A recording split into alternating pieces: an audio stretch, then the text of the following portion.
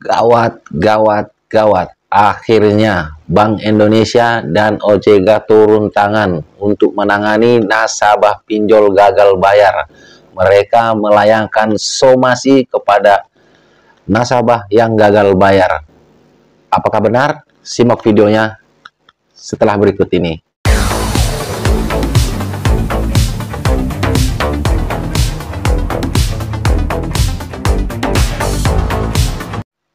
Halo, assalamualaikum warahmatullahi wabarakatuh.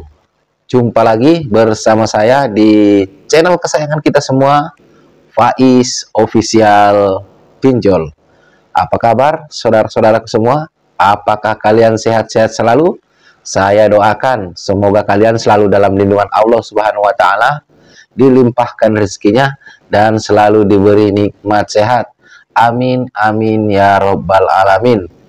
Di video kali ini saya ingin membahas ya tentang ancaman teroran ya para debt collector dan para pinjol ya teman-teman, yang katanya akan dikirimkan somasi kepada nasabah gagal bayar dari Bank Indonesia dan dari OJK ya teman-teman.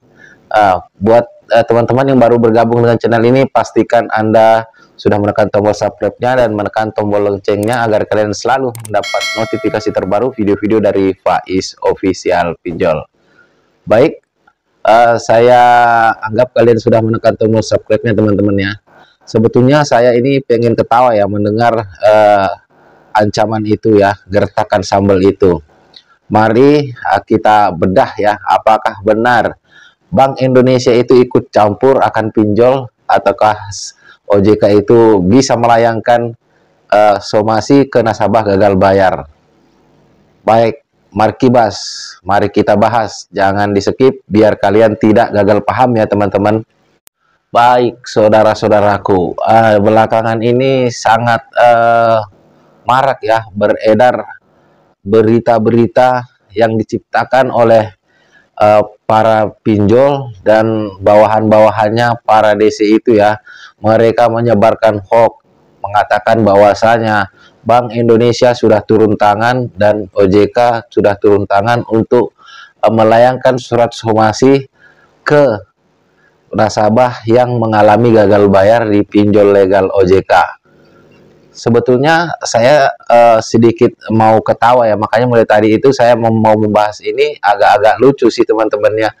Mungkin kalau buat teman-teman yang awam mendengar ini percaya-percaya aja ya. Bukan berarti saya menganggap diri saya ini sudah berpengalaman, tidak. Tapi saya itu sering menggali informasi baik lewat laman CNBC maupun laman-laman lainnya di Google. Itu saya selalu menggali dari OJK juga seperti itu.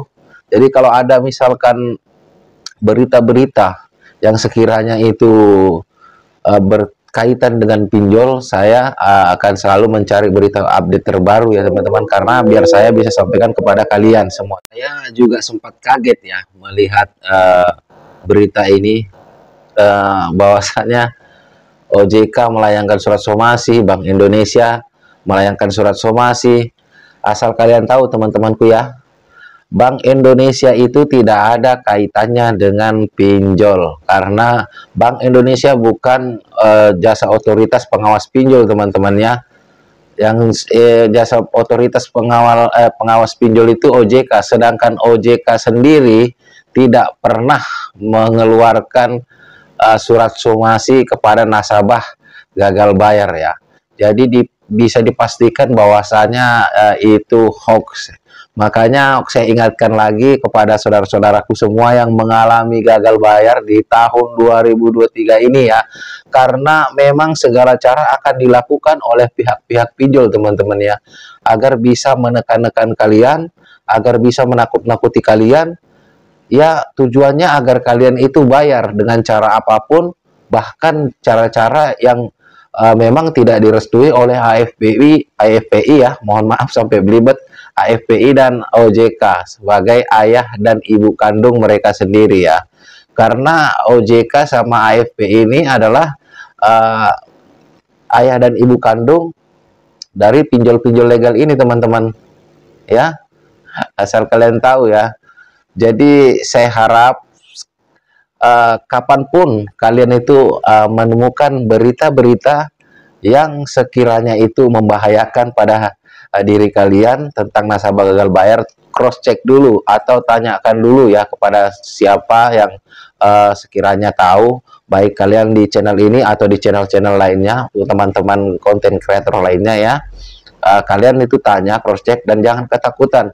Makanya saya itu di video-video saya sebelumnya, video di saya di awal sampai yang ketemu ini ya teman-teman, saya itu selalu ngajak kita berpikir jernih ya, berkuat mental ya, karena ya memang resiko kita gagal bayar yaitu kita akan menerima teror-teror dari DC-DC yang nakal ya. Nanti kalau kita laporkan ke OJK,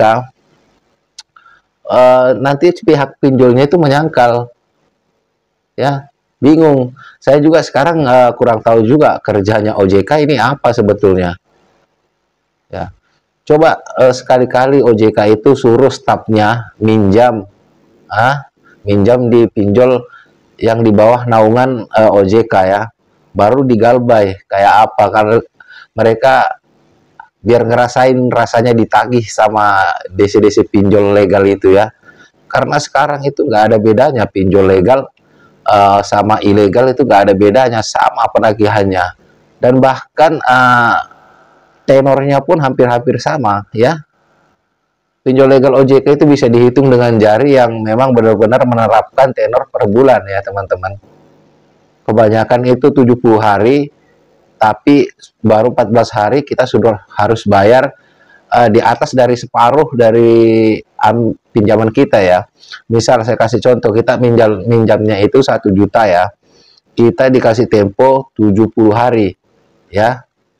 Kalau orang awam tahunya itu kan sudah 2 bulan lebih, kiranya orang itu 1 bulan 2 bulan gitu per bulan ya kan, padahal 2 minggu udah kita harus kembalikan. Misal 1 juta kita kembalikan 900 dulu kan, baru nanti yang 500 di belakang dibayar, dibagi 2 lagi ya.